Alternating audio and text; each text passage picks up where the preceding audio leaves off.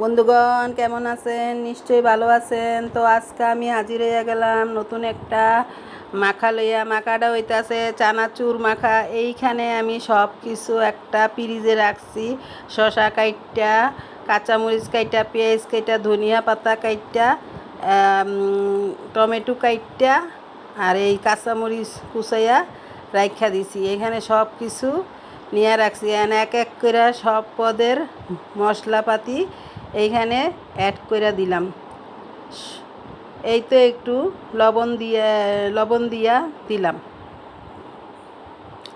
এইটারে সুন্দর কইরা উলট পালট করে উপরতে নিচে উপর কইরা মাখাইয়া লইতাছি। পরে এটার ভিতরে সুন্দর কইরা এই তো চানাচুরগুলি দিয়া দিতাছি।